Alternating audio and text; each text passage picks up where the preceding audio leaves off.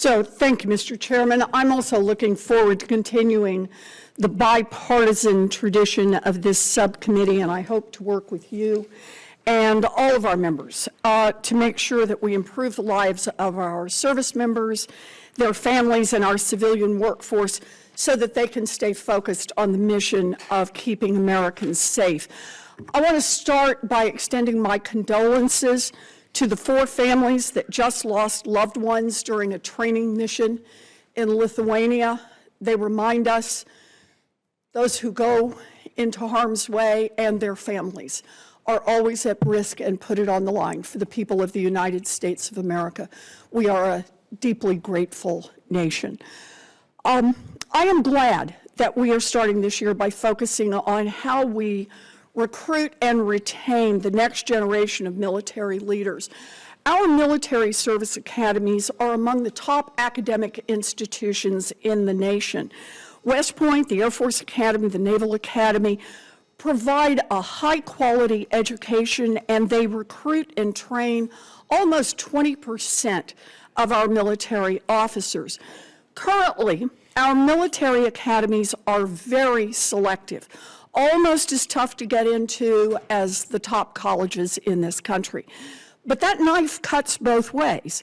Every student admitted to the military academies has other options. Academy students are often highly recruited by other schools.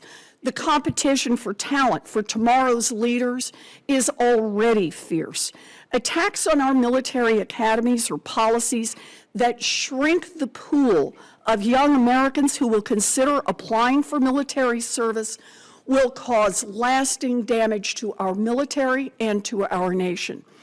The latest U.S. Census found that the youngest generation of Americans is more diverse than ever. That means we need our military academies to continue developing successful leaders from all walks of life, not push away strong recruits because they feel unwelcome or undervalued. Ham-fisted efforts to reshape the academies are bound to backfire. For example, a mix of military practitioners and civilian instructors have successfully worked together for decades to shape students at the service academies into a lethal fighting force. In the same way that competition for talent exists for academy students, the same competition is true for faculty. Well-respected professors have options, and many are aggressively recruited. When Secretary Hegseth seemed to suggest that academies should have fewer civilian professors, and when the Department of Defense imposes a ban on travel by civilian personnel, it suggests that the military does not care about civilians supporting its mission, and that it will make it harder to attract and keep top talent to teach tomorrow's military leaders. The foolishness of the travel ban was immediately apparent. Testing sites for military entrance exams were forced to close or reduce hours so fewer young people could apply to the military. While DoD has begun to allow civilians to travel to these testing sites again, these attacks on civilian personnel who help to support our military are worrying, and civilian personnel are key to keeping our academies successful as well. Our military students deserve the best teachers, people who are experts in their field. Tying the hands of the academies as they compete with other top universities for talented faculty will undercut the academies and, over time, undercut the leaders the academies are teaching. Students need to develop their skills both inside the classroom and outside as well. I'm sure many of us can think of sports teams and extracurricular activities that help shape our experiences at school, that help build our communities, and that made us better leaders. Surely, as a coach, Chairman Tuberville saw students' leadership skills develop and grow through out-of-classroom work. The executive order's attacks on clubs at academies that it considers DEI isn't creating more effective warfighters, it's cutting off students from opportunities to grow as leaders. When we're trying to maintain a military force that can deter China, we can't afford to be shutting down engineering clubs.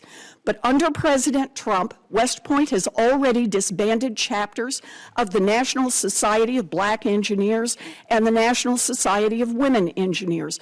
Both organizations have been praised repeatedly for helping recruit and retain more young engineers for military service. Closing those chapters at the military academies, while those chapters remain open at more than 600 other colleges and universities, does not help our military recruit top talent. This committee held 2 hearings on recruiting last year, and both hearings made clear that the United States cannot meet its recruiting goals without women. The Army met its recruiting goals in 2024 primarily because of new female recruits. There was an 18% increase in women signing up for active duty compared to an increase of just 8% for men. Let me be clear. These women are not looking for a preference or a handout.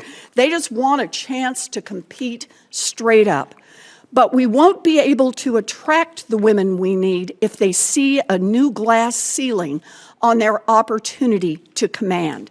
By removing women, like the Chief of Naval Operations, Vice Admiral Franchetti, from leadership roles simply because they are women, and confirming a Secretary of Defense who has a long record of opposing women in combat, the Trump administration has already set a tone from the top that women are not welcome.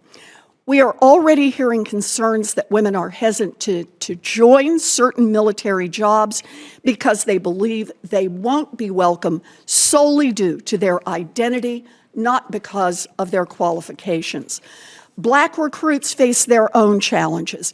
When a black chairman of the Joint Chiefs of Staff, a man who served honorably for over 40 years and who outlined our most successful strategy to deal with foreign terrorists, is fired solely because President Trump cannot imagine that he earned the job on the merits, Black military recruits across the nation get the message. Your race makes you vulnerable.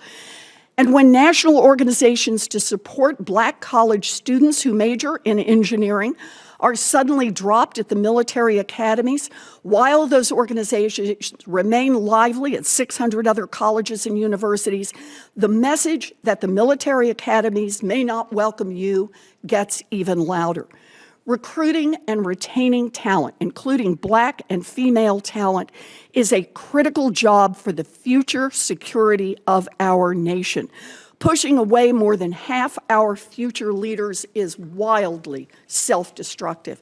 Mr. Chairman, 24 alumni from West Point and the Naval Academy have written to me sharing their stories about what the academies mean to them and why they are concerned about the direction this administration wants to take them. I would like to enter those into the record for their letters and their testimony. Let me read from just one of them, who wrote that these attacks on diversity are, quote, a direct affront to the principles upon which our military was built and a betrayal of the sacrifices made by generations of service members. Let those words sink in, a betrayal. We owe them better than that. I look forward to this hearing and hearing the testimony of the witnesses who are here today. I thank you for being with us. Thank you, Mr. Chairman.